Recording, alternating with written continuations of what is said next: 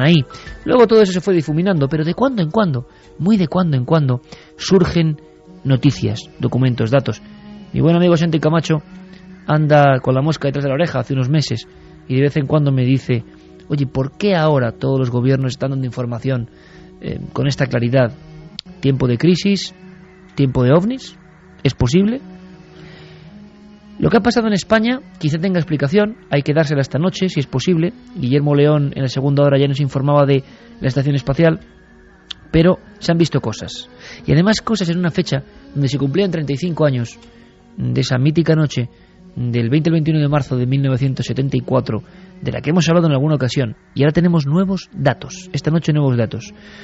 Luego os cuento qué fue esa noche brevemente para que comprendáis el interés de estos nuevos testimonios. Pero empezamos nuestros documentos con Bartolomé Olivares en las sierras de Córdoba, y esto se ha publicado en la prensa, pero a él no le hemos escuchado. Una grabación, un vídeo y cercanía. ¿Cómo empezaba todo? Pues fue esa noche. Quizá vosotros habéis visto también algo.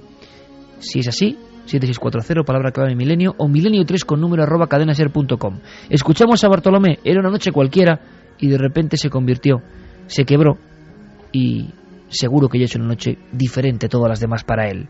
Estaba solo, junto a su casa, en la sierra, es partícipe de una comisión ecologista de la zona, y allí en el cielo había algo.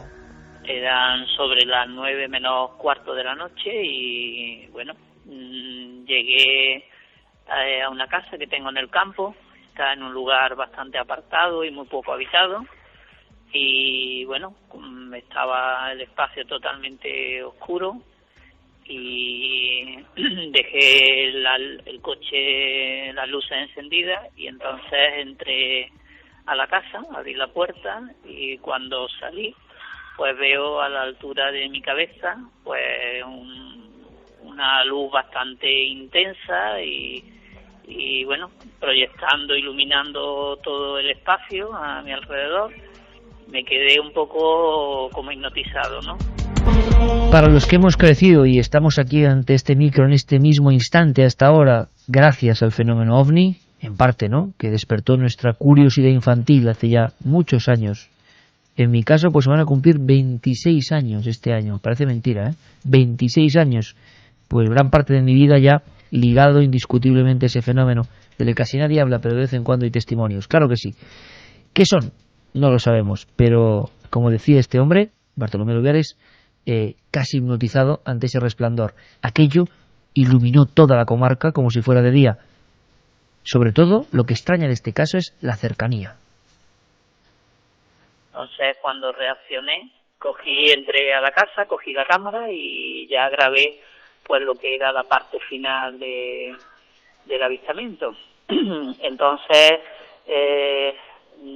cuando el objeto fue descendiendo desde mi cabeza, yo creo que estaría a unos 3 kilómetros, lo digo porque hay unas montañas cercanas y se veía pues por la zona, y cuando fue bajando muy lentamente se oía como un zumbido bastante intenso, y cuando llegó a las montañas yo vi que por la luz que emitía pues que había como una nube de humo, ¿no?, alrededor.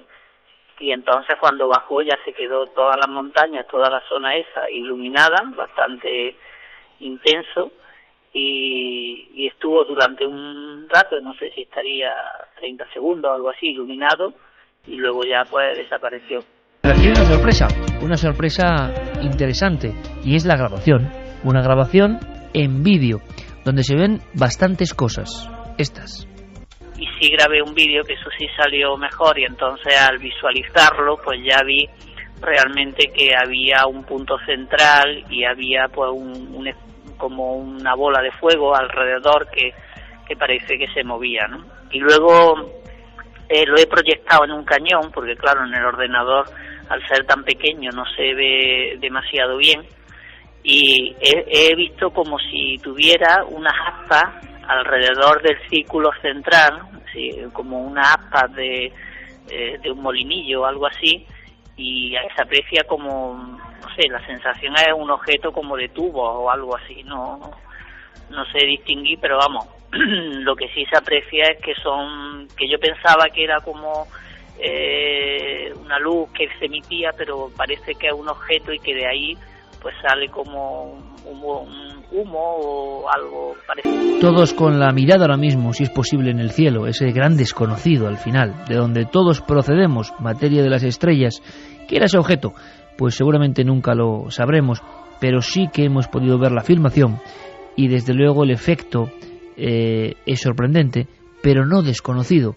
Las cámaras, cuando no fijan su zoom, generan esa especie de anillos dentro de un foco bastante grande, hay que decirlo. No tenemos referencia en muchas de estas filmaciones de lo que son... es de noche, claro, pero no se ven bien las montañas, el terreno, y eso lo hacen que sean complicadas, dudosas, difíciles de analizar, sinceramente. Hemos conocido otras muchas filmaciones, la famosa filmación de Trujillo en el 96, tantas otras, donde aparecían esos círculos, que no es que el objeto tenga apariencia biológica o esté dividido en círculos o sean tubos, sino que la propia cámara genera ese efecto al acercarse y alejarse y no poder fijarse en un punto fijo, porque eso está ahí, rondando. Ahora, estuvo muy cerca de la cabeza de nuestro amigo y de su casa, pero es que en Asturias, a esas mismas horas prácticamente, Carlos Barroso, y no es nuestro Carlos Calabarroso, es una coincidencia curiosa, Carlos Barroso estaba en Asturias, fotógrafo aficionado, y también lo ve, pero es completamente distinto, no es un objeto sino dos, logra fotografiarlo, son discos, tienen luz por debajo, curioso, casi, quién sabe, a las mismas horas. Escuchamos Asturias, Carlos Barroso. Pues el martes pasado era una noche muy fría, pero estaba el cielo muy claro, como toda la semana estuvo así. Se estaba tirando unas fotos ahí en la playa, y había una zona de la playa por donde se metía el sol y otra que estaba más oscura, que es donde ya había oscurecido, más o menos la zona de las montañas. Y le estaba sacando las fotos a mi mujer y le digo, oye, ¿qué es eso que esas dos luces que hay ahí? O sea, no estaban a una distancia de estrellas, o sea, estaban más abajo, y ella los estaba viendo como yo, y cogí la cámara y vi cómo se movían en paralelo los dos, y que según iban girando, pues se inclinaban y luego se ponían rectos a medida que se iban alejando. Y se fueron metiendo otra vez como para la oscuridad. Y pues fueron unos 12 segundos o así, y mi mujer está conmigo, los vio, y claro, yo decía, vamos, será algún avión, o será alguna historia. Y claro, no dábamos con lo que podía ser, porque los aviones pasaban por arriba y estaban dejando estela de humo, del frío que hacía de la noche, y esto no dejaba ninguna estela.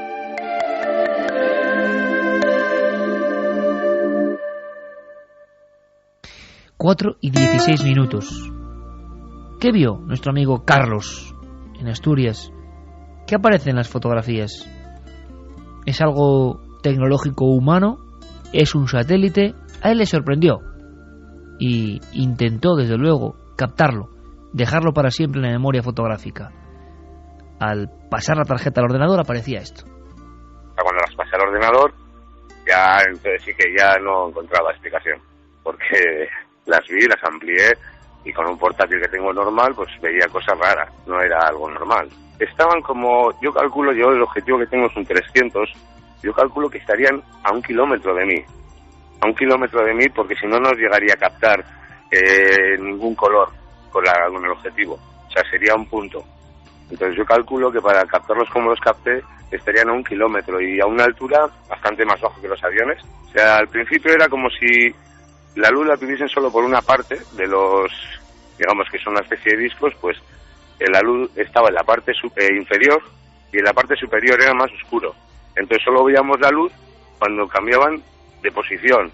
Entonces cuando se ponían, digamos, los dos, que veíamos los círculos, se veía mucha luz, pero cuando iban avanzando y se iban alejando, ya veíamos una rayita solo. 4:18, quizá tenga algo que ver, pero acabo de contener la respiración cuando en la pantalla de Carmen aparecen unas figuras terribles en el desierto del Perú. Vamos a ver si podemos dar los datos en cuanto podamos conectar con nuestro compañero Eduardo Herrán, el gran vigilante de las líneas de Nazca, figuras gigantescas, antropomórficas, auténticos. Pero antes, astronautas. Si quieres te comento algunos de los avistamientos que nos han llegado. 7640, palabra clave Milenio, espacio vuestros mensajes, son milenio3 con número @cadenaser.com. Me llamo Aitor, soy de Fuenlabrada y trabajo de noche, y cuando iba para casa vi una ráfaga naranja a las 3 de la mañana. No le di mayor importancia. También nos dicen desde Bilbao, que se llama César, que gracias por hacer las noches de los vigilantes más amenas. Gracias a ti y a todos los vigilantes. Al hilo de lo que habéis comentado acerca de los posibles avistamientos de algo en el cielo, la tarde del martes 17 de marzo, os comento que serían aproximadamente las 20 horas, cuando me encontraba en la carretera que une Munguía, el pueblo donde vivo, con Bilbao, y se pudo observar nítidamente como un objeto que a mí en principio me pareció circular y anaranjado se desplazaba por el cielo a una velocidad constante y en un movimiento parabólico. Me quedé extrañado porque estaba demasiado alto para ser un avión y además no tenía las típicas luces de los aviones. La verdad es que en ese momento no le di importancia, pero ahora que habéis hablado del tema me he acordado de esto y os lo quería comentar por si servía de ayuda. Pues esto es hacer la radio todos juntos, interactiva e importante. Atención, que Santi pide paso. Pues sí, pido paso porque justo cuando estaba oyendo los testimonios de nuestros amigos, pues me he puesto a curiosear y resulta que en las mismas fechas en Estados Unidos se ha dado un incremento de actividad ovni, una oleada, lo que se conoce normalmente, absolutamente increíble, incluyendo avistamientos de objetos gigantescos de tamaño rectangular con luces o faros en las esquinas del rectángulo. Hablamos del mismo martes, mismo miércoles. Hablamos del mismo martes, mismo miércoles y de los días justo anteriores y justo posteriores. Estamos hablando, por ejemplo, dos ovnis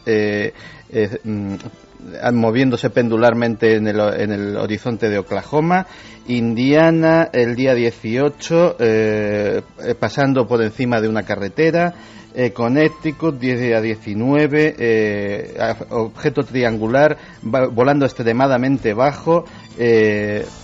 Hay dibujos que se parecen mucho a las imágenes y a los relatos que nos estaban dando los testigos que hemos entrevistado. Michigan, 15 de marzo, un poquito antes, un objeto triangular que no emitía ningún sonido y no tenía ninguna luz, pero se dibujaba perfectamente sobre el cielo iluminado.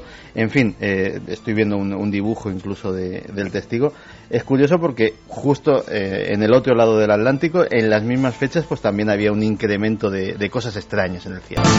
A mí me emociona particularmente hablar de todo esto. Hay muchos amigos que de vez en cuando escriben, yo casi ya no puedo ni contestar pues por mil cosas, pero leo de vez en cuando algunos mensajes que nos llegan y que dicen: Iker, has olvidado del fenómeno ovni, nunca hablas de él. No, es el fenómeno ovni el que tiene que aparecer. Si aparece yo lo cuento. Caramba, ¿cómo voy a olvidarlo si es parte indivisible de mi peculiar vida? Y particular emoción cuando, no sé, uno oye estos testimonios, puede ver de fondo lo que sea. Ahora Santi comenta esto, Carmen da más datos de amigos y encima Yerén nos pone algo que en el fondo para mí resuena todo este fenómeno, este Alan Parsons genuino.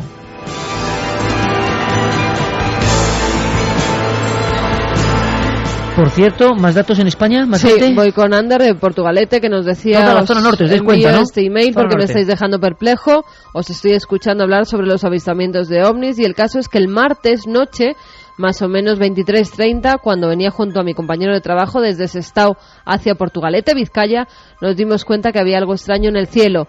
Era como un tipo de helicóptero por las aspas, pero no hacía ruido alguno y tenía bastante luz y nos llamó la atención, pero yo no le di importancia hasta hoy. Muchas gracias por la buena noche que me estáis haciendo pasar. Un saludo. Pues gracias a ti por la información, porque esa información es vital, absolutamente imprescindible para que haya esta emoción particular ahora mismo. Cuidado con el dato que daba Guillermo León. En la zona de Galicia, por lo menos Galicia, podía ser visible algo que tiene que ver con la Estación Internacional Espacial.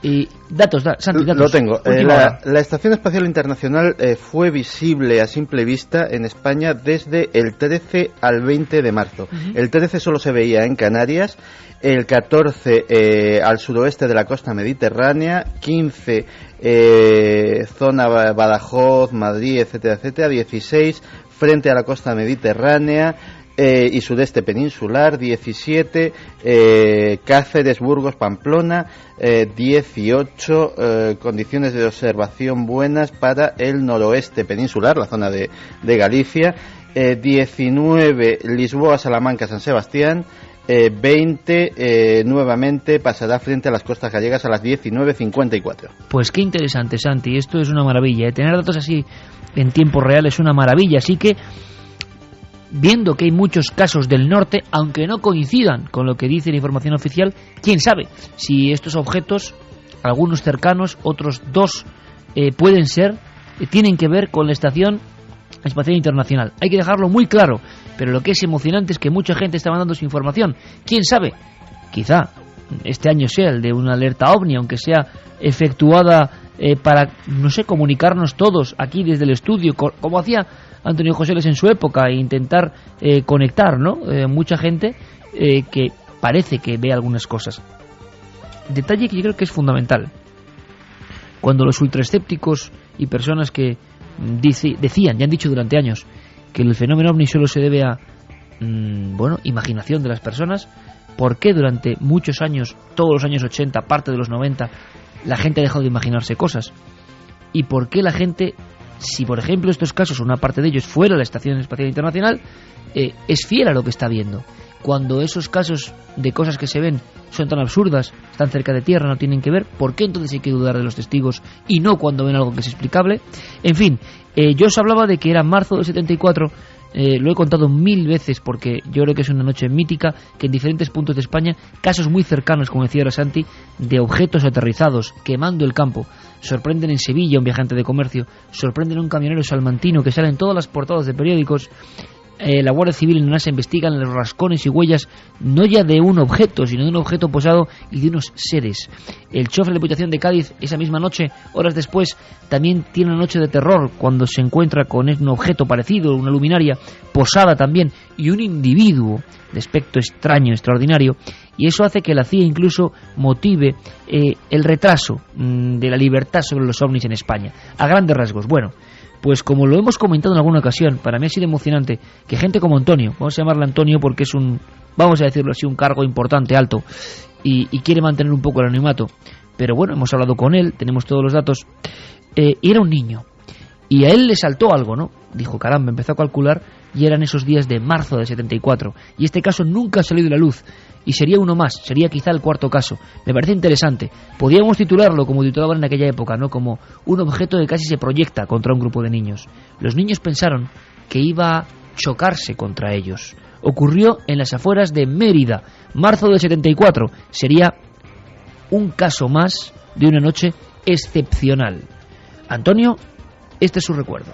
Me acuerdo como si fuera ayer porque era una noche, era por la tarde, nosotros solíamos irnos a jugar allí a la pesquera.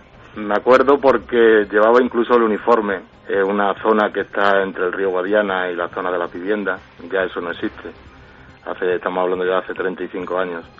Ya estaba oscurecido, ya era la noche cerrada, eso ya a las 9 o las 9 y pico de la noche, no mucho más, porque sobre las 10 todo el mundo tenía que estar en casa.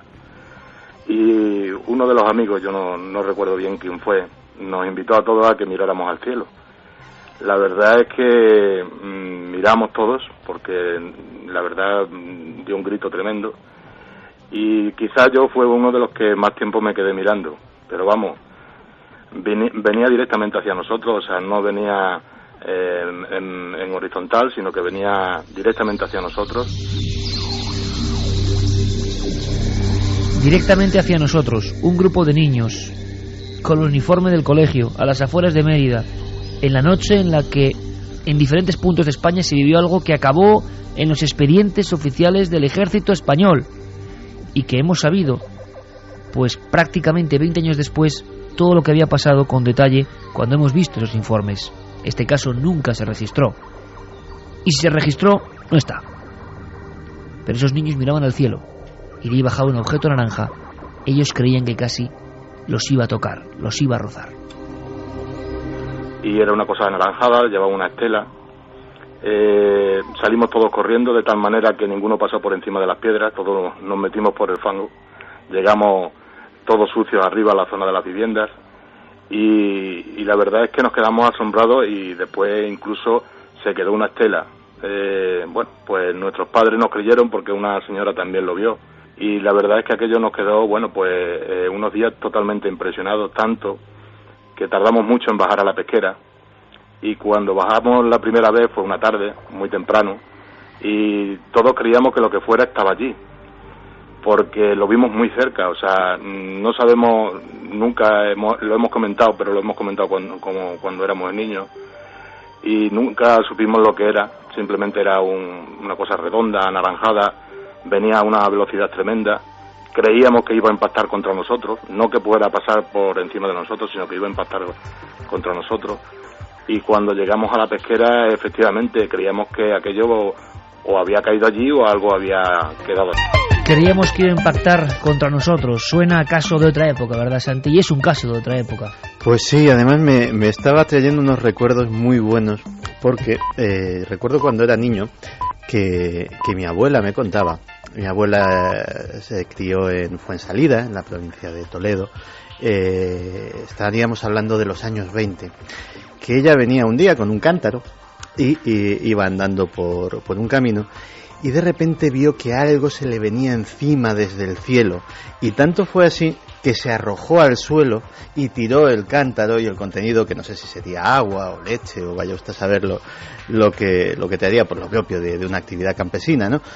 Y lo contó y su madre no la creyó y le pegó tremenda paliza por haber derramado aquello. Y muchos años después, ya siendo mayor, empezó a oír las historias de platillos volantes y entonces supo que era aquello que se le había venido encima desde el cielo y que casi decía que se la había llevado por delante, ¿no?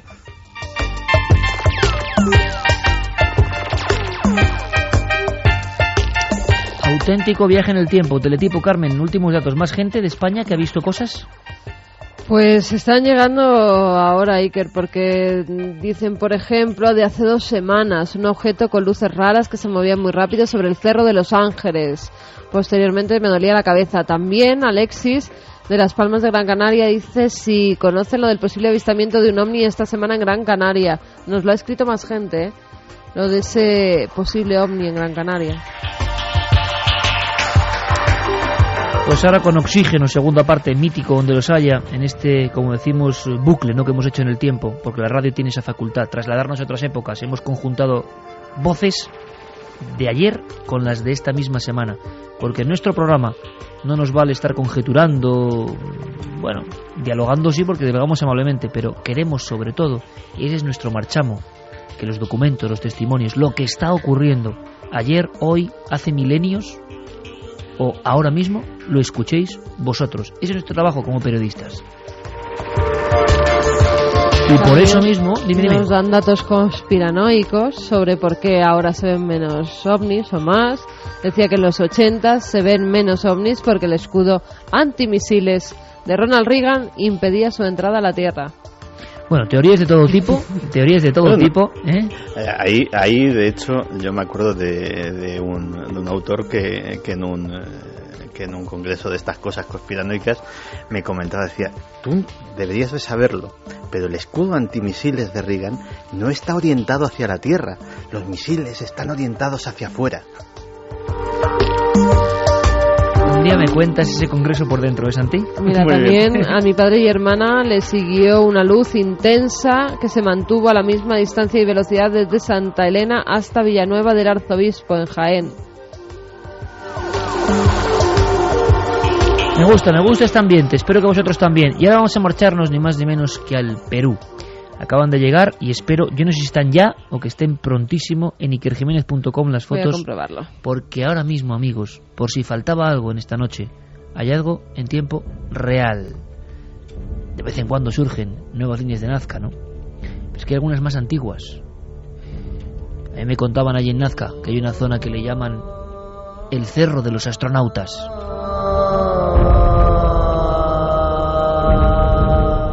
Creadas antes del nacimiento de Jesús. Hay líneas, lo han sospechado siempre, más antiguas que las Nazca incluso. Hay una cultura de nombre los Paracas Cavernas. Los Paracas Cavernas generaban un tipo de figuras incluso con relieve. Y caramba, botas grandes, piernas rectas, cabeza de felino o casco con óculos, brazos extendidos o pegados al cuerpo, 50, 60, 70 metros de alto. ¿Quién demonios son estos seres y por qué miran al cielo? Está ocurriendo ahora mismo. Y sé que Eduardo Herrán nos está mandando fotos ahora mismo. Yo espero que a lo largo de la noche las tengáis en ikerjimenez.com, porque Eduardo es un tipo capaz de descubrir algo, lo sé, de verdad, y mandarnos primero las fotos a nosotros. Porque él es así, es la persona que más conoce, el jefe de pilotos de Nazca, y yo quiero saber qué está pasando ahora mismo. antes de que nadie lo sepa, quiero que lo sepáis vosotros. Hallazgos de muchos seres antropomórficos gigantes en una zona no explorada anteriormente. Amigo Eduardo Herrán, buenas noches. Iker, muy buenas noches, unas muy buenas noches para los millones de escuchas que tenemos ahí en la radio en España. Tiene razón, este año hemos tenido preocupaciones por algunas lluvias que han sucedido en algunos sectores, pero muy específicos, o sea, no ha sido una cuestión generalizada, y esto a su vez ha contribuido para poder descubrir en la zona norte de Nazca, estamos hablando ya de cerca de 130 kilómetros al noroeste de Nazca, no cerca de la ciudad de Pisco, unos nuevos geoglifos que corresponden culturalmente al periodo Paracas, ¿no? Y que representan, algunos son unos guerreros antropomorfos, otro es un astronauta muy similar al de Nazca, solo que tiene un felino en la cabeza, y hay un tercero que parece ser una especie de familia, ¿no? Son en alto relieve y súper lindos. Madre mía, Eduardo, vamos a ver, me quieres decir que muy lejos del foco principal, porque tú bien sabes que todavía mucha gente, por lógica, cree que solo en Nazca existen esas figuras, sino que 130 kilómetros alejados de ese corazón, vamos a llamarlo así, de la Pampa, existen otros geóglifos y que algunos se parecen al mítico astronauta. Sí, así es, lo que es muy similar en la fotografía, espero que ya la tengan colgado en la web, ¿no? Y sería muy lindo que todos nuestros amigos que escuchan tu sintonizado programa puedan tener acceso vía internet a estos nuevos descubrimientos. En realidad tienes muchísima razón. Si bien es cierto que la zona de mayor concentración de geoglifos está ubicada a 450 kilómetros al sur de Lima, también es cierto que el arte de dibujar en los cerros no solamente abarca esa zona, sino que por la zona norte, no estamos hablando de los valles tanto de Ita como de Pisco, también se han descubierto, hemos descubierto en los últimos años evidencias, pero de culturas anteriores a los nazcas. Hablamos de los Paracas necrópolis y Paracas cavernas, que habitaron también la costa sur del Perú desde el año 800 a.C. hasta el 100 a.C., que es cuando aparece recién la cultura nazca, ¿no? Oye, Eduardo, sí, una cosa importante, de qué, para que la gente se haga una idea, ¿qué tamaño tienen estas figuras, las antropomorfas, por ejemplo, que son las que pueden más impresionar?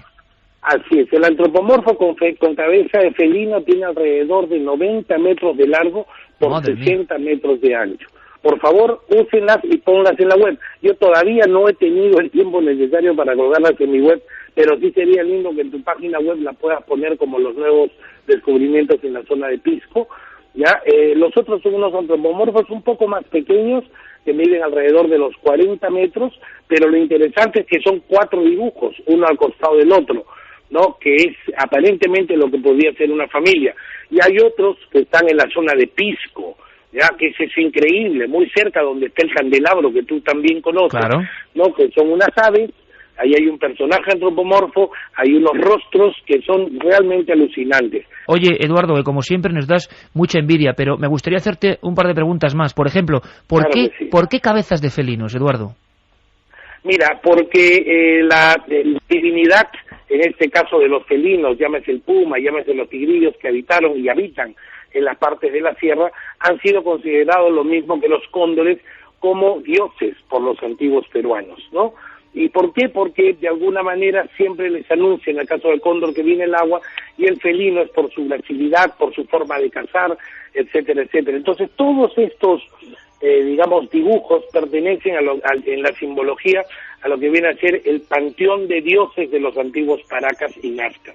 Estos han sido no solamente dibujados en los cerros, también han sido dibujados en cerámicas, textiles y en casi petroglifos, y en casi todas las evidencias, ¿no?, que giran alrededor de estas culturas que habitaron la costa sur del Perú.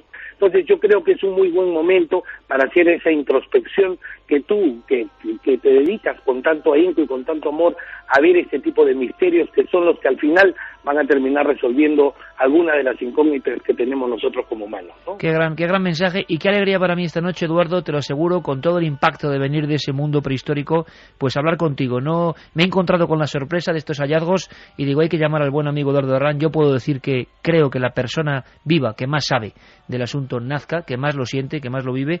Y oye, una última cosa, porque tenemos, sabes, mucha gente del Perú aquí en España escuchando, ¿no? Es que también se ha difundido que algunas de las líneas o figuras, aparte del descubrimiento, ha habido daños. ¿Es esto cierto? Mira, es cierto que ha habido una lluvia de regular intensidad en la zona noreco de la Pampa de Jumana, ahí normal, muy pegadito al Valle del Ingenio, y esto ha causado unos pequeños avenidas de agua, ¿no?, que han pasado entre las manos y el árbol. Ahora, han causado un cambio de coloración, más no un daño a los geoglifos en sí, y la pátina superficial ya se comenzó a oscurecer. No es un fenómeno nuevo, ya ha sucedido otras veces, hemos sido testigos en la inundación del año 1983 y la de 1996, que causaron, digamos, un disturbio que visualmente al día siguiente, a los 2 días de ocurrido, nos llamó la atención a todos y nos asustó. Pero la Pampa tiene un sistema de protección especial. Esa humedad genera a su vez unos pequeños líquenes, ¿no?, que nacen, digamos, en esa humedad y automáticamente se oscurecen y se endurecen. Entonces, eso es lo que está sucediendo ahora en La Pampa, y que se queden tranquilos, no es un daño irremediable ni mucho menos. Ya voy a ver si te adjunto algunas otras fotografías para que puedan ver lo que aparentemente era el daño y cómo hoy eso se está autorrecuperando.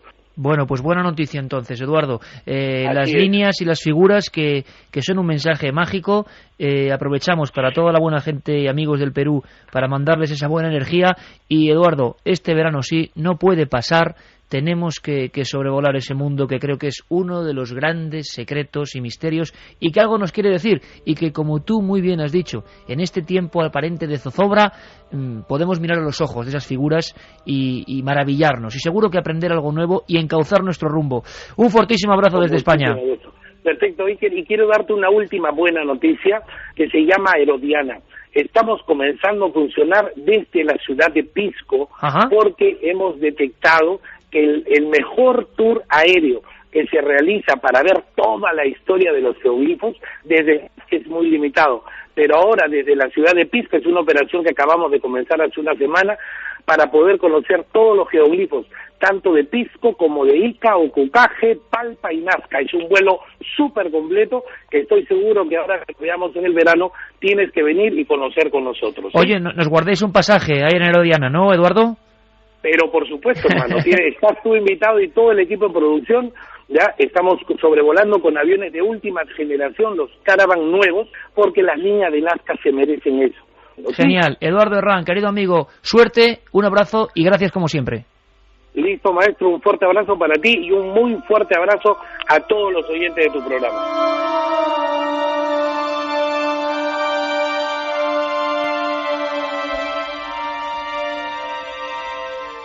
El gran maestro, Eduardo Herrán, gran amigo. ¿Qué ves en esa foto? Está ya en la web, está en ikerjimenez.com. 2 líneas, esa, nuestra web, y Nazca News de noticias.com, la web de Eduardo.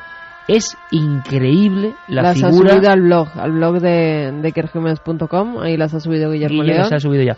Es increíble, 90 metros de altura, quizá una de las figuras casi llega al nivel del gigante de Atacama, como ciclópeo. Bueno, es que es algo increíble. Como si tuviera la cara con 3 puntas o 4 puntas, un ojo en medio, 2 grandes alas, el cuerpo, las patas como quebradas hacia arriba, y al lado hay un mono que parece estar yéndose de su lado con un gran ojo y con la cola hacia arriba. Y luego esas botas del otro astronauta que es idéntico casi a ese famoso astronauta que mira el cielo antes de las líneas de Nazca. Os prometí la exclusiva. Y ahí está.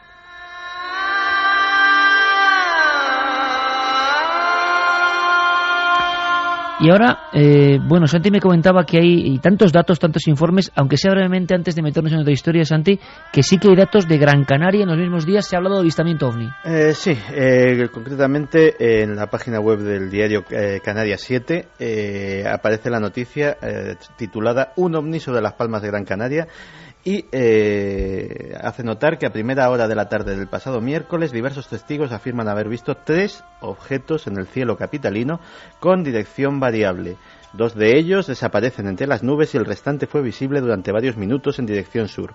Hay fotografías que se pueden ver en la página web de este porque diario. Las fotos de Asturias que veíamos eran 3 objetos también, Ahora, una cosa, Santi, si puedes confirmarlo en tiempo real. ¿En Gran Canaria en ese día se podía ver la estación espacial?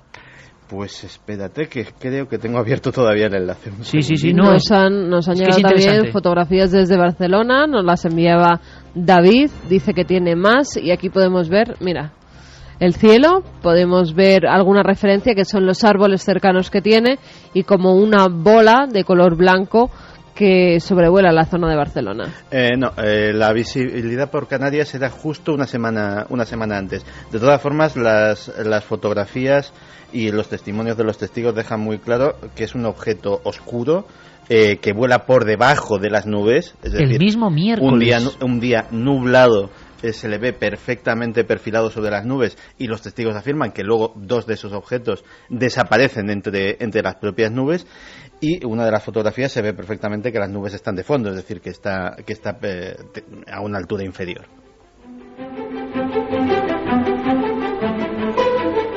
En fin, datos sorprendentes, están llegándonos un montón de noticias y de información sobre lo que ha pasado en esos días polémicos. Bueno, la verdad es que nos ha dejado todo esto tan sorprendido que no sabemos casi ni cómo actuar, porque yo estaba convencido, Santi, de que ibas a decirme, ese día se podía ver la Estación Espacial Internacional y fin del asunto, y bueno, genial, porque habríamos llegado a una conclusión, pero parece que no. Vamos a hacer una cosa. ¿Me cuentas la historia de un secuestro? Sí, te cuento una historia curiosa. Bueno, pues que suene tu piano, maestro, el piano de Santiago Camacho. Pues sí, porque cuando hablamos del crimen perfecto, siempre nos imaginamos asesinatos, novelas de Agatha Christie, con complicadas coartadas, con gente que utiliza venenos y ese tipo de cosas, pero hay otros crímenes perfectos, otros delitos perfectos. En la central del FBI hay un expediente muy grueso que tiene un nombre, el expediente Norjack. Allí en el FBI no les gusta hablar de ello, porque para ellos sí que fue el crimen perfecto. ¿Y qué tipo de crimen fue? Pues tú lo has dicho, fue un secuestro aéreo. Santo Dios. Comunica que ha habido un pequeño alboroto, pero que ya está todo controlado. Comunícalo o disparo. Si me matas, nadie podrá pilotar el avión. Ya me preocuparé de eso luego. De acuerdo, lo haré, pero tranquilízate. Di una sola palabra sobre esto por radio y te juro que las próximas alas que verás serán las de las moscas revoloteando sobre tu podrido cadáver. Pues más o menos esta es la idea que tenemos todos de cómo es un secuestro aéreo, es decir, secuestradores violentos que amenazan con armas de fuego a los pilotos y a la tripulación. Pero el miércoles 24 de noviembre de 1971 ocurrió el secuestro aéreo más extraño de la historia.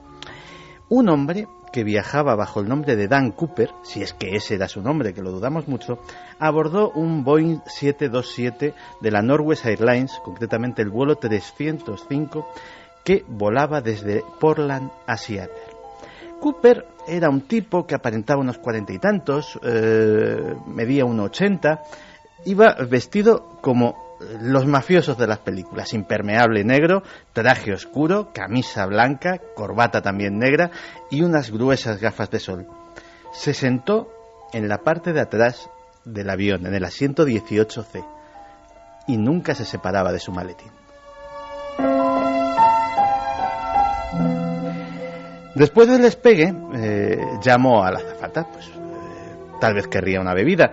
La azafata se llamaba Florence Schaffner.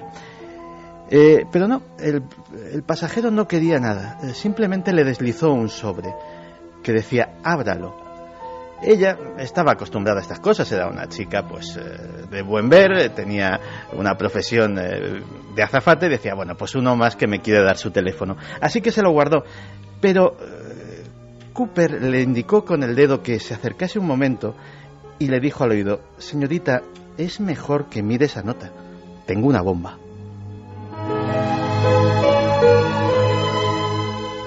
La nota decía así: tengo una bomba en mi maletín. Voy a utilizarla si es necesario. Quiero que te sientes a mi lado. Este avión está secuestrado.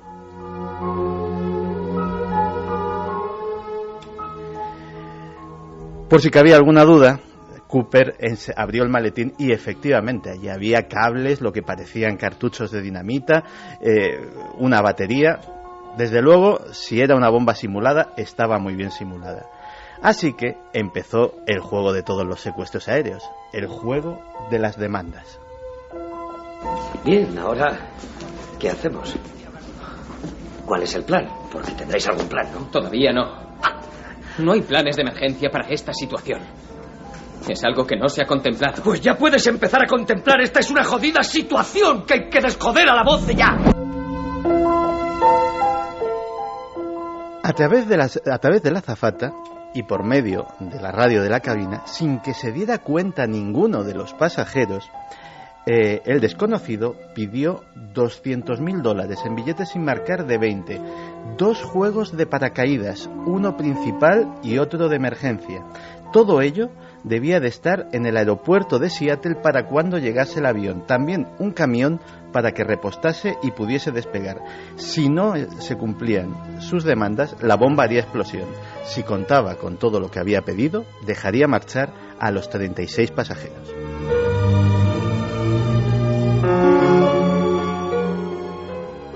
Efectivamente, las autoridades, bastante extrañadas sobre todo por lo de los paracaídas, decidieron cumplir las demandas. Cooper, que durante todo el trayecto se mostró amable, incluso la azafata dijo que era un tipo encantador, pues estuvo conversando, parecía un tipo tranquilo. Efectivamente, cuando le subieron el paquete que contenía los paracaídas, los $200.000, etcétera, etcétera, discretamente dio orden de que se podía desalojar el avión. Eso sí, se tenía que quedar la tripulación.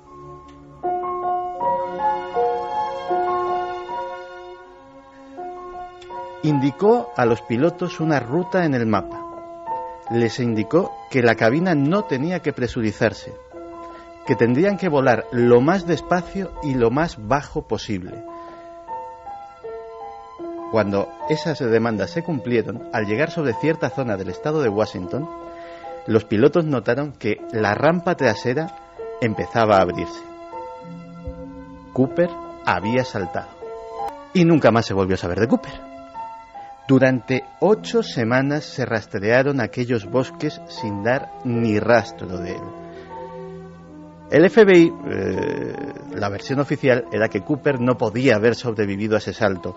De hecho, varios años después, Brian Ingram, un chaval de 8 años, encontró en un río cercano $2.800 en billetes de 20 de las series correspondientes a aquellos del rescate que estaban por allí. Eso podía indicar que se había ahogado, tal vez, pero algunos expertos forenses dijeron que esos billetes, los patrones de descomposición, no coincidían para nada con la fecha del secuestro. Alguien los había dejado ahí para hacerse pasar por muerto.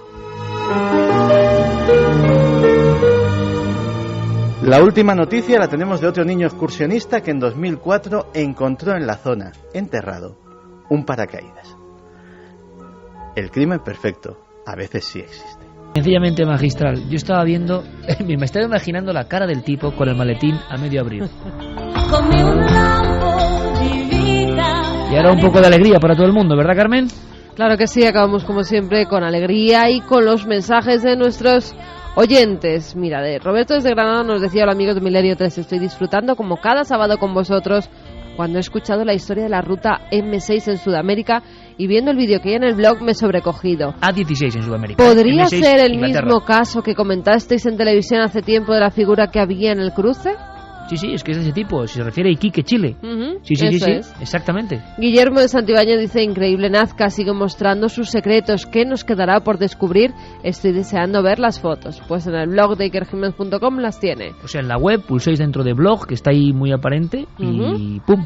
Se entra con todas las noticias. Pablo Jesús Gómez Amado nos dice: mi novia es chilena y por eso estuve varias veces en Chile. En esa misma carretera hace más o menos un año hubo un accidente de un autobús donde murieron varias niñas, nos lo comentaron cuando estábamos allí, pero las supervivientes declararon que el conductor no había tenido la culpa, que algo pasó en ese tramo del accidente. De hecho, el conductor salió en libertad cuando todo apuntaba a que él era el culpable. Lulú de Madrid, que ha metido en la cama a su perrita y a sus 4 cachorritos porque está pasando mucho miedo con esto de las apariciones. Bueno, pero viene acompañada, ¿no? Bueno, pues que nos mande una foto de su perrita y de sus 4 cachorrillos, que nos encantan. Y ahora que llega Semana Santa, por Dios, que no abandonen animales, que ya está bien. Que siempre que tenemos vacaciones, a quien más nos quiere, a quien no nos falla nunca, a ese abandonamos. Pues eso, que no lo hagan. Que iremos siempre en contra de esos que abandonan animales. Albert y Cori nos dicen: hemos visto esas fotos en vuestra página y no nos parece un fantasma en la carretera, sino más bien una imagen de alguien que pasó por allí en algún momento. En cuanto a la imagen de Escocia, es demasiado física, es decir, demasiado palpable. Creemos que se trata de alguien asomado que estuvo por allí. Todo nos parece demasiado tangible para ser espectros de otro mundo. Pues seguramente la clave la ha dado Santi Camacho una vez más, porque no estamos acostumbrados. Nuestro archivo más profundo mental no ve imágenes de fantasmas en color porque hemos ideado una imagen del fantasma como algo que viene de otro tiempo. Y quizá no, quizás sea un estertor que está ahí todavía, ¿no? Bueno, fíjate, Joseba nos estaba escuchando desde un parking en la M6 cerca de Carlisle, en South Valley. Ando mirando por las ventanillas del camión y no voy a pegar ojo. Por la carretera. Cuidado con los romanos. Los romanos, cuidado con la sexta de legión. Los romanos no hablaba Carmen de Soria, que decía: la legión romana que aparece en Inglaterra solo se le ve medio cuerpo y bajo la carretera discurre una calzada romana. Jolín, pues encima romanos con medio cuerpo. Ya es lo que faltaba. ¿De arriba o de abajo? Igual de terrible. Vamos, Iker, a dar los ganadores de La Casa de los 7 Pecados, ese libro que sorteábamos esta noche. Sabéis que hemos tenido a Maripau Domínguez, su autora, en la primera hora de Milenio 3, esa que empezaba a la 1, que ya casi son las 5. Pues vamos con los amigos que han ganado. Arturo desde Logroño, que nos decía: el lugar físico donde se levantan este tipo de edificios no es elegido al azar, es la clave del misterio, es conveniente estudiarlo. Otro es para Segis de Oviedo, que dice: 3.000 muertos al año en carretera en nuestro país son demasiados como para que no sucedan situaciones fantasmagóricas. ¿Nos estarán avisando?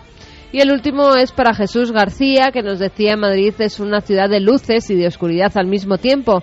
La clave está en saber mirar las claves. Un saludo y espero poder leer pronto el libro. Pues Jesús, ahí lo tienes para que lo leas. Un abrazo. Y aquí regresamos con un sinfín de noticias, de informaciones y habitualmente con nuestra faltriquera repleta de cosas que casi nadie cuenta. Por ejemplo, claro, todo el mundo ha fotografiado quien ha pasado por allí, claro. Este edificio se ha puesto a su sombra, a su vera, ha intentado viajar un poco en el tiempo. Una de las maravillas del mundo, qué duda cabe, ¿no? La Alhambra. Pero yo sé bien que hay muchas historias que ni siquiera Washington Irving u otros contaron.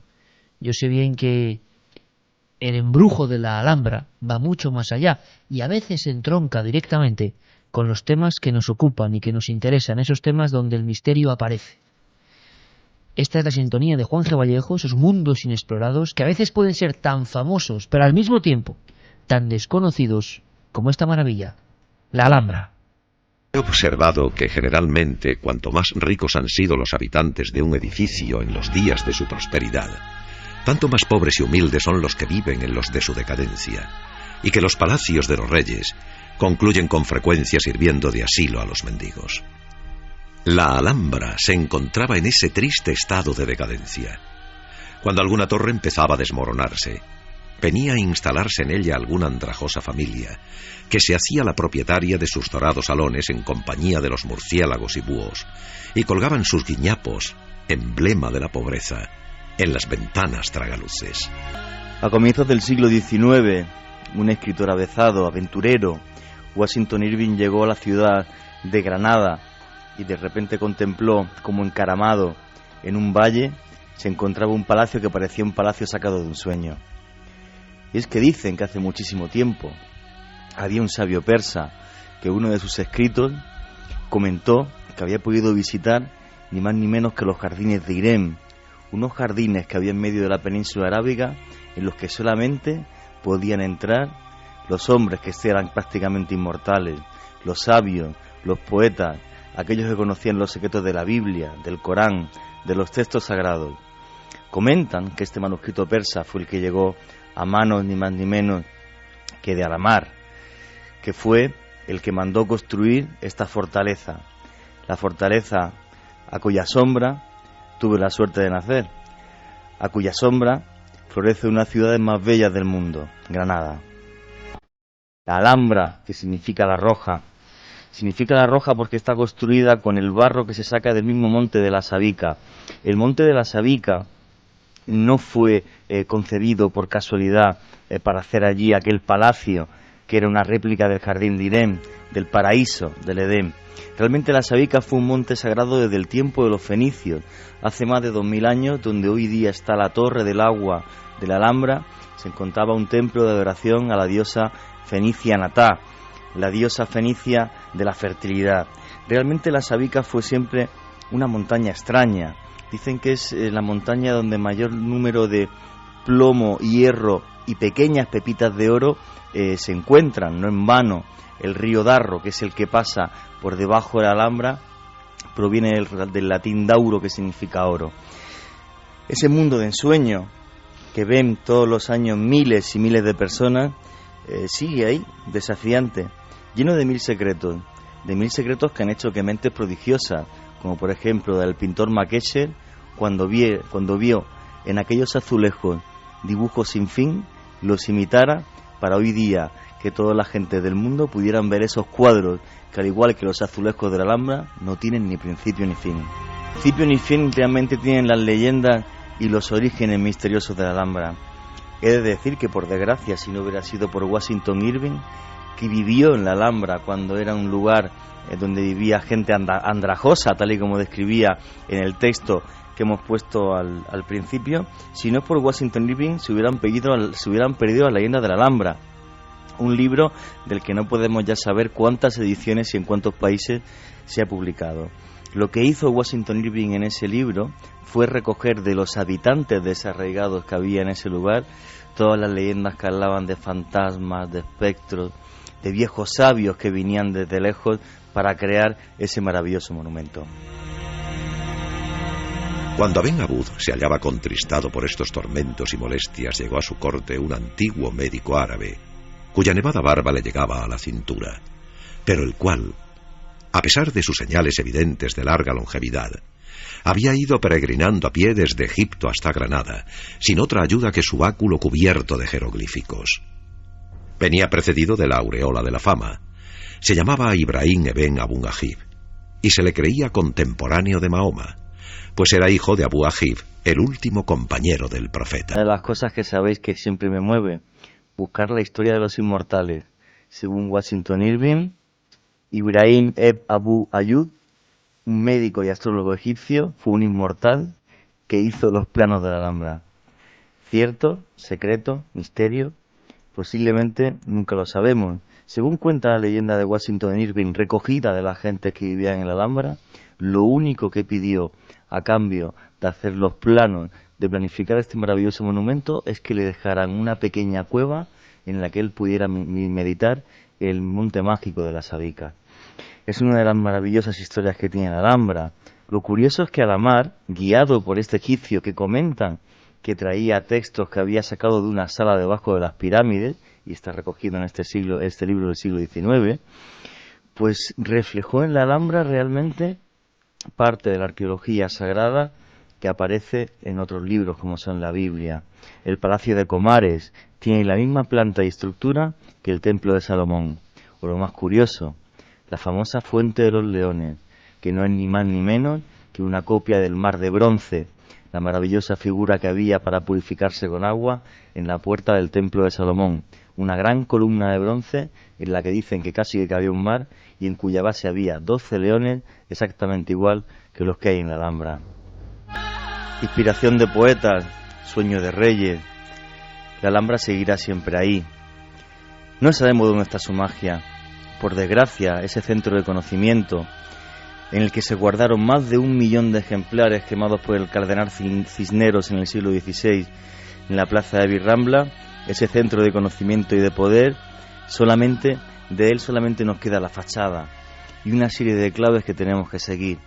Los textos se perdieron, lo que sigue vivo y es eterno es el sueño de ese rey llamado Alamar que creó un paraíso que todos los años visitan miles y miles de personas. Sonido. Una voz. Una investigación. Milenio 3. Iker Jiménez. Cadena SER.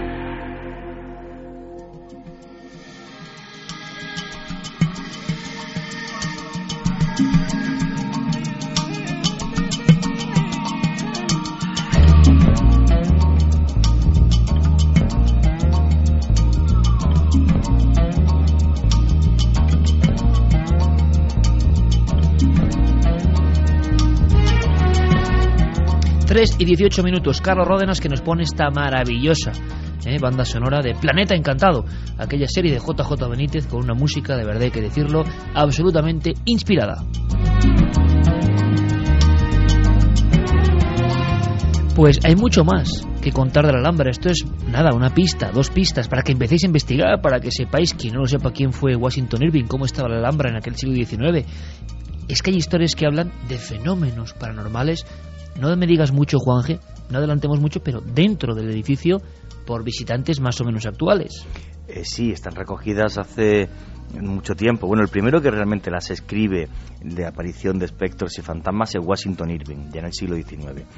Pero como leyenda siempre, no como realidad. No, él cuenta lo que le narran los habitantes que hay en la Alhambra, también en el Albaicín, en el Sacromonte, en el Realejo, en los barrios que rodean la Alhambra.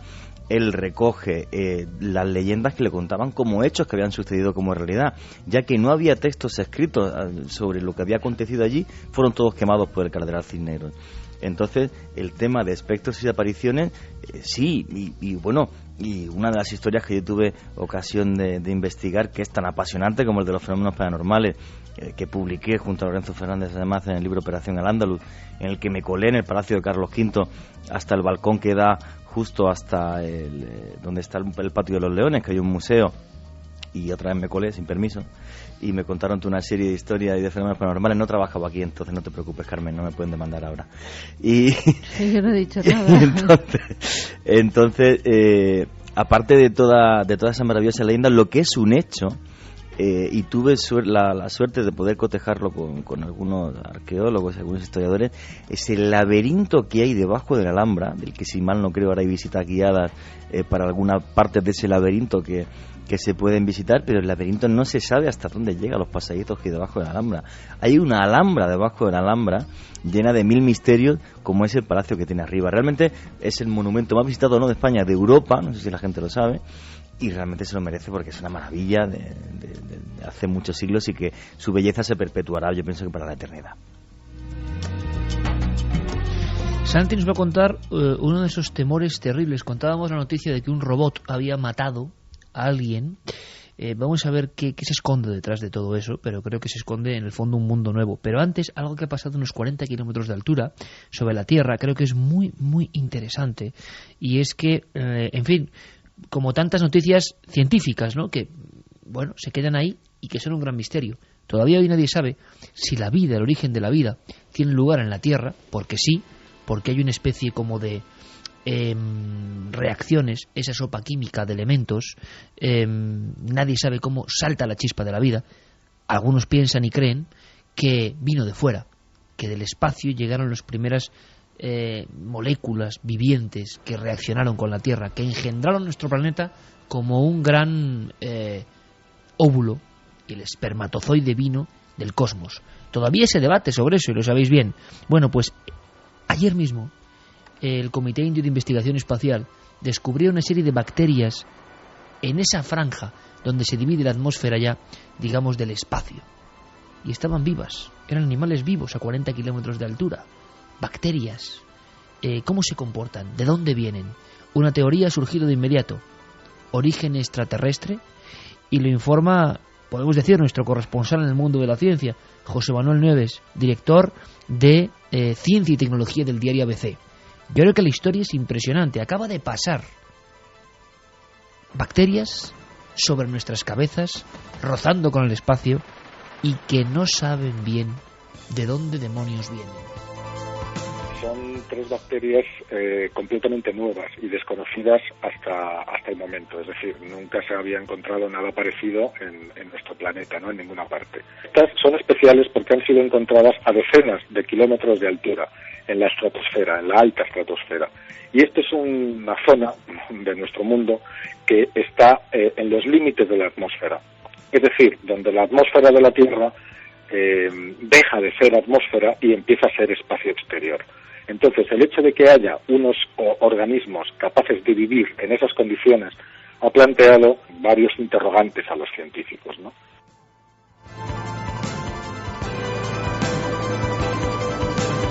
Claro, claves y enigmas científicos de lo más diverso.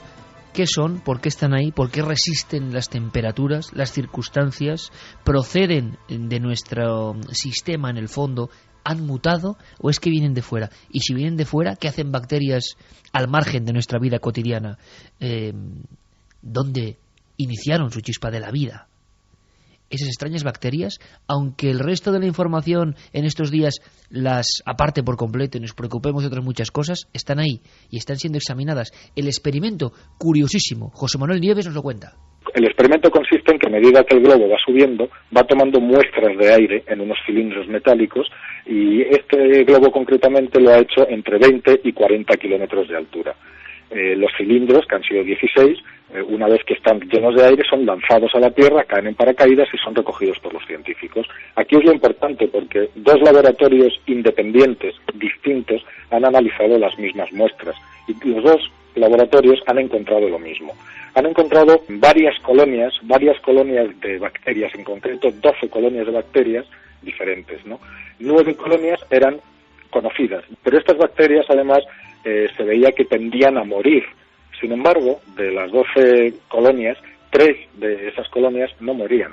Una de las características más importantes que tienen, y por eso pueden vivir a esas alturas, es que son extraordinariamente resistentes a los rayos ultravioleta.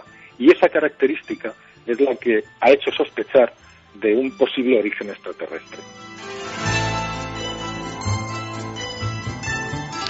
Aquí nos recorría y más con esta maravillosa música de Alan Parsons, pues un escalofrío en el espinazo, ¿no? Cuando José Manuel Nieves decía, no mueren. Y no es la primera vez que hablamos de animales que no mueren, pero es que estos están a 40 kilómetros de altura. Y mientras las bacterias ya conocidas morían, estas resistían. ¿Qué son exactamente? Pueden ser una de las claves, esto me parece maravilloso, y es que en la ciencia hay tanto misterio, pueden ser restos remotos, quién sabe, de aquellas que un día, hace unos 4.500 millones de años, engendraron el inicio de la vida de lo que somos nosotros. ¿Pueden ser? A mí me gustaría dejar claro que nadie confirma que estas bacterias vengan efectivamente del espacio. Lo que sí se confirma es que las bacterias, en algún momento de la evolución, tuvieron capacidad para sobrevivir en el espacio. Y esto da pie y respalda una de las teorías sobre el origen de la vida en nuestro mundo, que dice precisamente que procede del espacio. Porque desde luego el hogar habitual, la Tierra, cada día es más extraña. Guarda maravillas, pero a veces parece eso, algo desconocido. No solo por los comportamientos, por ejemplo, de estos animales, sino qué decir de los hombres y sus comportamientos también. Hay quien dice que el futuro será de las máquinas. Y desde hace mucho tiempo se ha hablado de cómo la máquina superará al hombre. Hace tan solo unas semanas hablábamos con ese campeón mundial de ajedrez que nos hablaba, el español, Illescas, de cómo la máquina ya había vencido el cerebro humano en una partida a muerte, vamos a decirlo así, de inteligencia.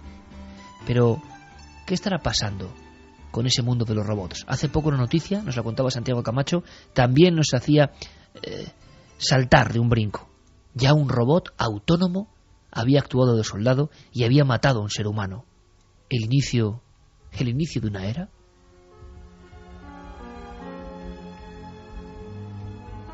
No sé si alegremente, pero voy a ponerme un café. ¿Quiere un café? ¿Ah? Susan, los robots proporcionan protección. Por el amor de Dios, ¿sabes lo que puede provocar este robot? Podría hacer añicos la fe humana en la robótica. ¿Y si esto sale a la luz? Imagina las devoluciones en masa por culpa de una paranoia irracional y los prejuicios.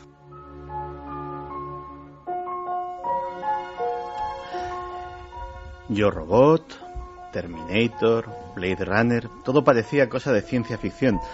Robots, humanoides, autónomos, desplazándose, actuando, pensando, matando. Y ha sucedido, es otra vez una de esas noticias que creo que son trascendentes y que creo que han pasado sin pena ni gloria por los boletines de las agencias de noticias. Pasó hace menos de un mes, en las montañas de Afganistán. Una unidad del grupo de combate Odín del ejército norteamericano estaba repeliendo el fuego de un grupo de talibanes fuertemente atrincherados en uno de aquellos desfiladeros inaccesibles. Entre ellos estaba la unidad del sargento Jerry Rhodes, el especialista James Pegg y el cabo Philip Cheng. Ellos estaban al mando de un soldado muy especial. Volaba a unos 300 metros de altitud sobre el escenario de aquella batalla. Se llamaba Alfa. Alfa es la evolución de una serie de aparatos que eran los Predator, que eran aviones no tripulados, dirigidos por control remoto. De hecho, la CIA los ha utilizado alguna vez para realizar algún atentado contra algún líder insurgente de alguna organización terrorista no afín a los norteamericanos.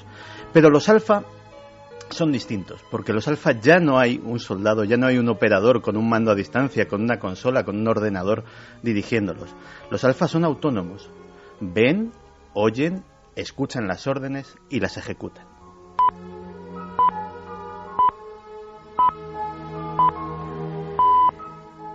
Este Alfa en concreto en aquella ocasión recibió una orden muy precisa, unas coordenadas y sencillamente neutralizar todos los objetivos de la zona. En lenguaje eufemístico militar, matar a todo ser humano que hubiera en aquel lugar. Y el Alfa, pequeño, mucho más pequeño que cualquier avión de combate, pero armado hasta los dientes, cumplió con precisión quirúrgica aquel cometido. Ese día, el ser humano entró en una nueva fase. Por primera vez, una entidad pensante, no humana, había matado a alguien en una guerra.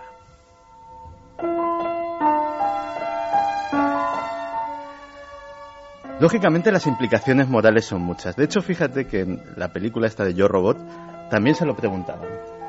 Me obligó a jurarlo. Y te pidió que lo mataras. Dijo que para eso me había creado. Su suicidio fue el único mensaje que pudo mandarte. La primera amiga. Vicky no podía controlarlo. Lanning contaba con que mis prejuicios me llevarían hasta ti. ¿Va a detenerme, inspector? Bueno, el fiscal define el asesinato como la muerte de un humano a manos de otro. Técnicamente no puedes cometer un asesinato. Pero desde luego los cadáveres que dejó Alfa a su paso siguen estando allí, decorando las arenas del desierto afgano. Los robots autónomos militares que lucharán en nuestras guerras futuras deberán ser programados como samuráis mecánicos para vivir conforme a un estricto código guerrero, o si no el mundo corre el riesgo de verse abocado a atrocidades que dejarían chicas a las de cualquier otra guerra que hayamos vivido hasta ahora. Esto, que parece un pensamiento muy bello, muy poético, en realidad forma parte de un informe oficial elaborado para la Marina de los Estados Unidos por uno de los organismos más secretos de ese país, la Oficina de Investigación Naval.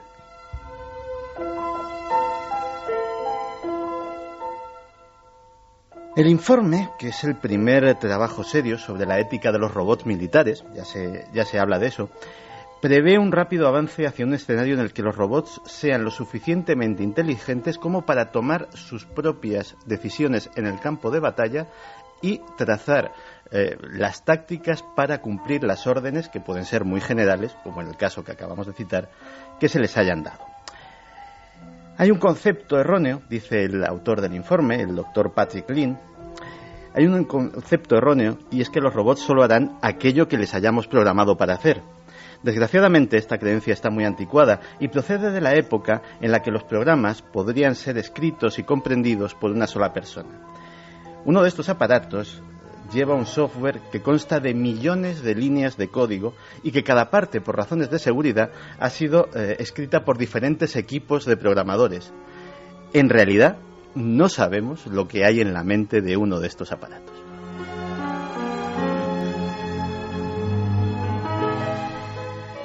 Una rica variedad de escenarios se pueden esbozar con todo lo que hemos dicho hasta aquí. Porque ¿cómo impedimos que estos robots sean empleados por terroristas o por piratas informáticos o tengan fallos de software? Y si un robot mata a un inocente, ¿quién tiene la culpa? ¿El robot? ¿El programador? ¿El gobierno dueño del robot? ¿Se debe implementar en estos robots un interruptor de suicidio? Y si es así, ¿cómo funcionaría? ¿Quién lo accionaría? ¿Quedaría su propio fin a criterio del propio robot?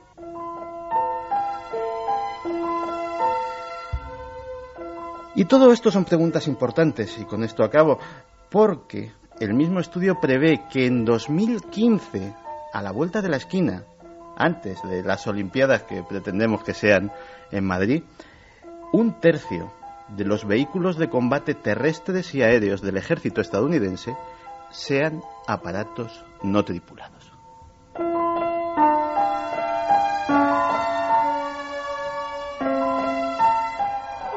Milenio 3, Cadena SER. Pues un poco de alegría, que no viene mal, después de lo que acaba de contar Santiago Camacho. Santi, me quito el sombrero, porque si algo quiere este programa, y creo que intentamos hacerlo, y yo pues tengo que decirlo, ¿no? De vez en cuando yo me siento muy orgulloso de lo que se cuenta aquí, de cómo se cuenta y de la gente que lo cuenta. Es bueno que hay muchas cosas que se olvidan rápidamente, que el marasmo informativo tan rápido, tan global, tan hegemonizado, olvida, y son cosas que nos hacen pensar. Bueno, algunos vídeos, algunos documentos para que Juanje se ponga a investigar. Yo creo que hay un temazo sobre lo de los buitres. Oye, en fin, yo con respeto a todo el mundo y tal, pero los ataques de buitres parece que se han filmado, sí, y que son tremendos. Veía una vaca y un ternerillo que la vaca acababa de parir. España, el ternerillo parece que había nacido muerto, estaba tirado a un lado de la vaca, y enseguida los buitres carroñeros iban a comerse tanto a la casi a la madre. Claro, es que la vaca se encontraba pues muy mal estado de salud, parecía, porque el ganadero parecía que la estaba cogiendo de los cuernos para ver si se levantaba o no se levantaba, y enseguida más de 40 cuervos, más de 40 buitres que acuden a comerse tanto al ternero como a ella. Y la gente nos hablaba y nos mandaba información y nos decía que el problema es real, ¿eh? Sí, que el problema, además, nos decían, soy de Fuentemayor, provincia de La Rioja. Hace 50 años, cuando yo era pequeño, los amigos íbamos a las muleras cuando se tiraba una mula muerta para ver a los buitres. Nos acercábamos a ellos a unos 4 metros y jamás nos han atacado. Los buitres cumplen con su misión comiéndose la carroña o las reses enfermas. Comían tanto que luego no podían volar de tanto que pesaban, y nosotros los niños corríamos detrás de ellos. Ahora que ya no hay ganado, ya no hay buitres. Sin embargo, en la Sierra de Cameros hay muchos porque les dan de comer. Un abrazo, Antonio. Mira, también una amiga, Iraida Carballo, desde Tenerife, que me decía: buenas noches, Carmen, ¿es este señor al que te referías? Se llama John Edward, y su programa, que también yo veía en Digital Plus, se llamaba Cruzando el Más Allá. Sí, eso es. Y muy polémico. En el cual iba rotando ante el público y contándoles cosas sobre sus parientes muertos, así como de sopetón, y que parecía que la gente se sorprendía. Le viene acusado de trucos, ¿eh? Sí. Hay que decirlo, sí. Bueno, yo es que me lo suelo creer. Casi todo lo que dan en la tele. Manuel nos dice: buenas noches, amigos. En Córdoba también se cuenta la leyenda urbana de que unos campistas que se quedaron durmiendo al aire libre, un buitre creía que estaban muertos y a uno le arrancó un dedo de un picotazo. Claro, leyendas urbanas sobre el buitre como animal un poco, en fin, tan ajeno a nosotros, ¿verdad? Tiene que haber un montón. Hombre, yo no me quiero imaginar un bebé en medio de una sierra de esta a día de hoy con lo que está pasando con los buitres. Un bebé no, incluso un niño de 2 o 3 añitos, que se despiste. ¿Cuántas historias, Santi, de aves rapaces gigantes o tal que se han llevado a niños, ¿no? Y hablábamos antes de los coyotes. En Australia ha pasado más de una vez que los dingos, que son perros autóctonos salvajes, se han llevado a bebés de sus mismas cunas ante la mirada atónita y absolutamente impotente de la madre, que veía cómo aquellos animales, en este caso de gran porte, suelen ser del doble tamaño que un coyote, digámoslo así, cogían al niño de la cuna tal cual y salían corriendo con él, y no se volvía a ver aquella criatura. Oye, nunca y el más. mono Satanás, que le llamaban así, que coge Había un caso muy famoso que le coge al bebé a la madre, se lo sube delante de la madre y se lo empieza a comer en un árbol al niño. Sí, no, que esto nos lo contaban nuestros buenos amigos de Explora, sí. Fernando González Siches, José Manuel Novoa y compañía. Ante la impotencia de la madre que lo estaba viendo. Sí, bueno, o sea, claro, y que entraban a robar en las habitaciones, los monos Satanás, entraban dentro de la habitación y se llevaban las cosas y rompían todo. Algo impresionante. Juanje, que te dan las gracias por haberle hecho evocar mi infancia y poder pasear por la Alhambra. He creído volver a oír el rumor relajante de sus aguas. Nací en sus faldas, sus jardines, tuve el privilegio de que fuesen mis lugares de juegos, junto con esa plaza nueva y, como no, los entornos del río Dauro. La pena es que, como suele ocurrir, a veces lo que tenemos al lado, formando parte de tu vida cotidiana, es lo que menos conoces. Mi agradecimiento por todo lo que habéis contado. Espero que podáis ampliarlo, pues no son cosas que se puedan encontrar cuando lees una guía normal. Bueno, es la misión de este programa, ¿no? Muchas gracias. Sí. Merche te lo decía. Sí, hombre, la verdad que yo también he tenido la suerte de nacer a la sombra de la Alhambra, además literal, porque nací apenas a 500 metros en el Campo del Príncipe. Y lo que... hombre, ya meterme con alguien esta noche para variar. Hombre, ¿cómo no? Y tal. No, también te dan tirones de orejas, por lo que has dicho del periódico El Mundo, del diario. Ah, bueno. En fin. A ver, pasa página. Efectivamente, pasando del mundo. No, sí me apena una cosa. Realmente yo no he gestionado nunca en persona un permiso de filmación para la Alhambra. No sé si realmente cobran lo que me han dicho que cobran o no. Entonces no lo digas. Bueno, tengo amigos en productoras que sí, ¿no? Que para hacer reportajes o documentales les cobraban bastante dinero. Bueno, eso a lo mejor también te lo dicen tus amigos, entre comillas, para que no vaya a llegar hasta el reportaje. Bueno, pues lo gestiono. Juanje. No, pero no me parece justo. Vale. Pero bueno, sí, lo dejo. En el Museo del Cairo también te cobran. Sí, mucho menos que una hora de relación a la Alhambra. Pues, en fin.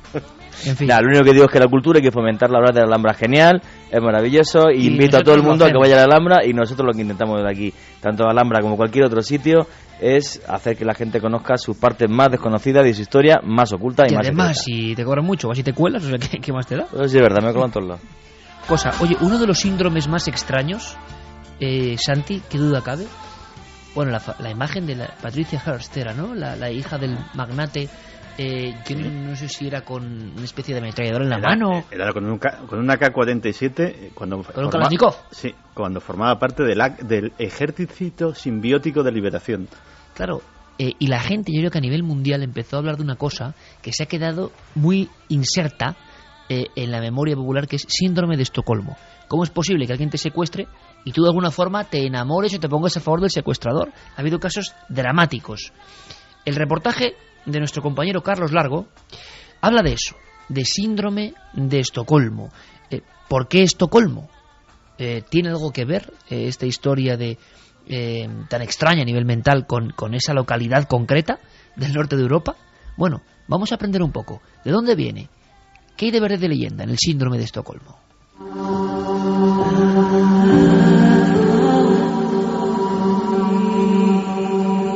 Elaine la acostó. Cruzó a casa de Dottie. Volvió a casa y Amanda ya no estaba. ¿Quién se ha llevado a mi hijita? Nunca le ha hecho nada malo a nadie. Han secuestrado a una niña. Si no se coge al culpable el primer día, el porcentaje de éxito es muy pequeño. Ya han pasado 3.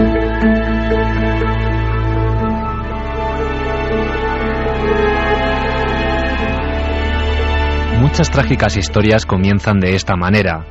Una desaparición, una ausencia, un secuestro, una peligrosa situación por la que ninguno de nosotros querríamos pasar. Les informamos desde la casa en Los Ángeles de Daniel Pearl, el periodista que ha sido secuestrado en Pakistán. Lo importante para nosotros es encontrar a su esposo. Una ciudad en la que hay tanta gente. ¿Cómo encontrar a un hombre en medio de todo esto? Combatiremos a los secuestradores con secuestros.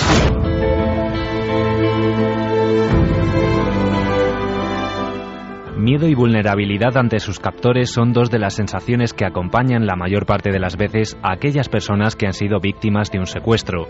Sin embargo, en otras ocasiones, la capacidad de supervivencia del propio individuo motiva la aparición de una fuerza contraria que lleva al secuestrado a identificarse con su raptor. Es lo que los especialistas conocen con el nombre de síndrome de Estocolmo. Escuchamos a Elizabeth Gimona Martí, psicóloga del ISEP Clinic Vilanova, y a Jaime Gutiérrez, psicólogo y criminalista perteneciente a la Sociedad Española de Criminología. Es un estado psicológico en el que la víctima de un secuestro o bien una víctima de una agresión o que una persona ha sido detenida contra su voluntad, desarrolla, digamos, una relación de complicidad, incluso de simpatía hacia el agresor. Depende de muchos factores. Depende de que, en principio, se establezca una relación especial entre el secuestrado y el secuestrador. Esta situación hace que la persona secuestrada o la víctima, dependa totalmente del secuestrador. Y esa dependencia es lo que hace en ciertas personas que incluso puedan llegar a sobrevalorar la figura del secuestrador. ¿Por qué? Porque todo lo que haga el secuestrador será, para bien o para mal, lo que marcará el resto de la situación, ¿no?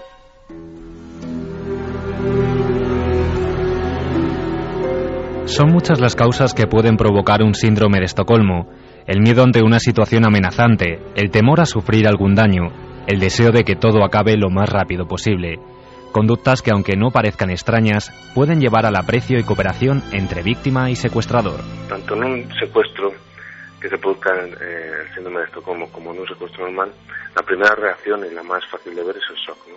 Y ocurre una situación para la que uno normalmente no está preparado. Eso es lo más visible. Después se va a pasar una fase de estrés. También se puede producir en algunas personas una necesidad de negociación, intentar hablar con los secuestradores para ser liberados. En otras personas van a desarrollar una despersonalización total. Lo que hace es pasar a ser un sujeto pasivo, esperando a recibir órdenes para cumplirlas a rajatabla, ¿no? Y es que no hablamos de ninguna enfermedad. El síndrome de Estocolmo fue definido como mecanismo de defensa emocional después del robo de 1973 del banco sueco Kreditbanken, un suceso en el que tras 6 días de cautiverio, los rehenes terminaron por defender a sus captores. Hubo un atraco a un banco en 1973 en Estocolmo. En este caso unos atracadores, ¿no?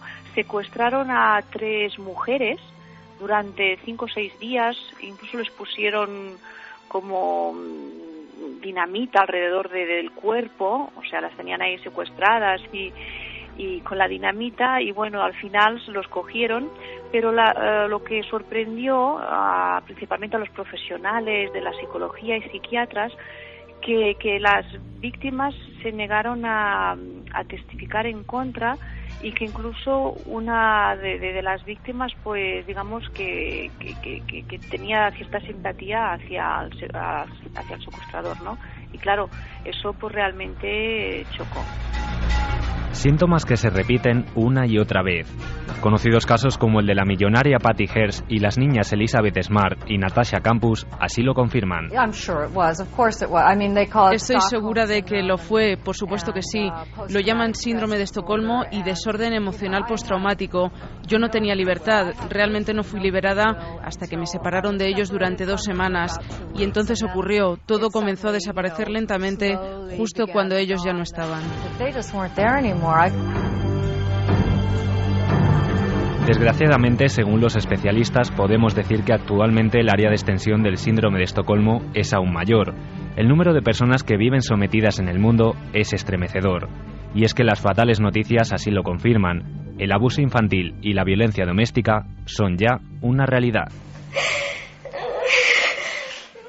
Desde mi opinión, no. Para que se produzca el síndrome de Estocolmo, la situación que lo provoca debe ser totalmente inesperada. Lo normal es que esto se vaya produciendo a lo largo del tiempo, entonces no son situaciones comparables. ¿Qué es lo que ocurre? Que sí que es verdad que hay muchas víctimas que son dependientes de su verdugo, ¿no? Entonces puede dar una sintomatología parecida. Pues sí, pues mira, por ejemplo, en el caso de la violencia de género, pues de hecho vemos muchas mujeres que, bueno, que están sometidas a vivencias muy violentas, ¿no? Pero el agresor ya se va cuidando pues de aislar a la víctima, de que ella vaya perdiendo sus amistades, su familia. En fin, ya sabemos algo más. Síndrome de Estocolmo, 1973. Y han ocurrido casos. Yo me estaba acordando de que una historia que se convirtió en ficción cinematográfica fue la historia de la estanquera de Vallecas, ¿no? Llevada al cine, y que al final, bueno, pues fue aquella especie de cautiverio de las dos estanqueras que habían cogido un aprecio, un afecto realmente extraordinario por sus propios atracadores y los problemas que llevaban en sí los dos atracadores, ¿no?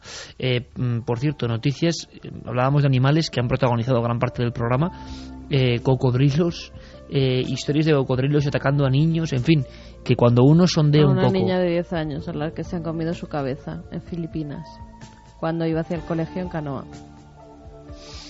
En fin, y nos contaban que había incluso osos que se llama oso de montaña, no sé si azulado o alguna cosa así, lo contaba Fernando González Siches, que bajaban hasta los centros comerciales y husmeaban en los cubos de las basuras, y todos los colorantes aditivos de la comida humana son para ellos ya tan potentes con su olfato y demás que ya no quieren otra cosa, ya no quieren cazar, ya no quieren hacer nada, y entonces lo que quieren es eso. Eso empezó a pasar con el oso Yogi. Y no es broma, porque el personaje del oso Yogi... Bueno, es que me dijo Fernando que era como el oso Yogi. No, es que además era en el bosque de Yellowstone. Efectivamente.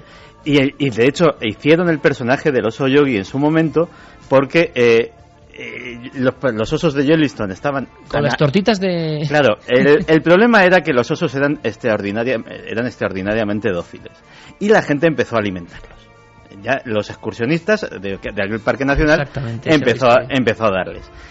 Cuando no les daban, ya los osos empezaron a robar, como hacía el oso Yogi, a robar en las cestas de picnic, a robar... Caramba, y de ahí nace el personaje. Efectivamente. Santi, eres la leche, perdona que te diga. Y de esa anécdota, los dibujantes pues sacaron al personaje. Era Yogi y Bubo con esas montañas de panqueques, ¿no? Que eran tremendos, daban mucho hambre de niño. Y de sándwich. Caramba, de ahí nace. Bueno, una cosa importante, nos queda un viaje por la historia rápido, express, de 4 minutos, y luego acabaremos con los últimos mensajes. Nacho Ares, ha habido un congreso de especialistas científicos para por fin acabar con el enigma de Colón. ¿Lo habrán conseguido? No Nacho creo. Ares, informativo de la historia.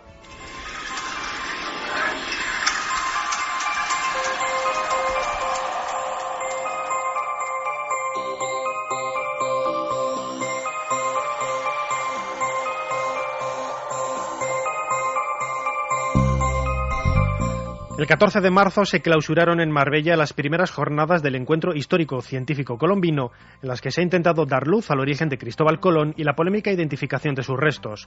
Como nos comenta José Luis García de Paz, investigador y profesor de Física y Química en la Universidad Autónoma de Madrid, las posibilidades históricas del mítico navegante todavía están muy abiertas. No queda todavía claro si el nombre verdadero de Colón fue Pedro Escoto. Todavía ese tema debe quedar sujeto a verificación por historiadores. Pero bueno, es una propuesta interesante, aunque creo que el investigador Enseñat de Villalonga ha ido modificando esta hipótesis desde las primeras publicaciones que hizo ya hace unos cuantos años, para al final acabar más que un Colón, de Colonia, pues sería como se escribe, a una persona apellidada Scott. Pero bueno, sí es una posibilidad de que naciera en Génova, aunque no fuera directamente un Colón.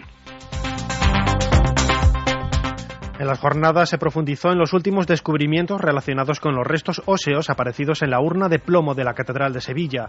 Lo que ya nadie parece negar es que los huesos encontrados en esta ciudad y estudiados hace pocos años sí pertenecen a Cristóbal Colón.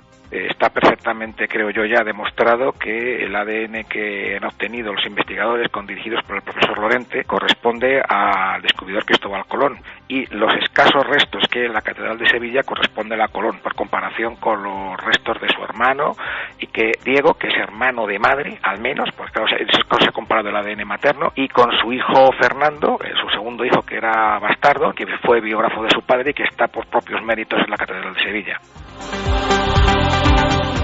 A pesar de todo, no hay que cerrar la puerta que los restos conservados en la República Dominicana también pertenezcan a Colón y que su cadáver fuera repartido entre Sevilla y la Catedral de Santo Domingo.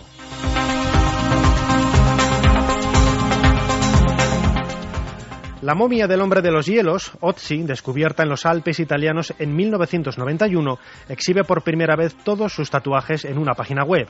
Son más de 50 y el verdadero significado de estas extrañas marcas sigue siendo un enigma. Nos habla de ello Mercedes González, directora del Instituto de Estudios Científicos sobre Momias. El tatuaje normalmente se suele hacer con dos finalidades. Una es la cultural, pues para determinar si se pertenece a un clan, el estatus que tienes dentro, también para marcar un determinado momento en la vida de una persona, pues como puede ser el paso de la infancia a la juventud, la maternidad. También se hacen algunas culturas en señal de duelo por la pérdida de un ser querido, y en otros se hace como una práctica terapéutica. Encontrado a 3.200 metros de altitud, este cuerpo de unos 5.000 años de antigüedad ha sido sometido a varias sesiones fotográficas en las que se han tomado 150.000 imágenes en un ámbito de 6 grados bajo cero y una humedad relativa del 98%. Y hablando de la momia de Ötzi, es difícil pensar que se hiciera con una finalidad cultural, porque los tatuajes que tiene realizados están hechos en zonas que normalmente no están a la vista. Pero bueno, eso nos dio una indicación de que podía haber sido realizados con una práctica terapéutica. Gracias a los estudios radiológicos que se le hicieron, pues se ha podido demostrar que efectivamente padecía de una serie de patologías óseas que están justo bajo las zonas que han sido tatuadas. Todos podemos ver los tatuajes de Ötzi en la página de internet www.icemanphotoscan.eu.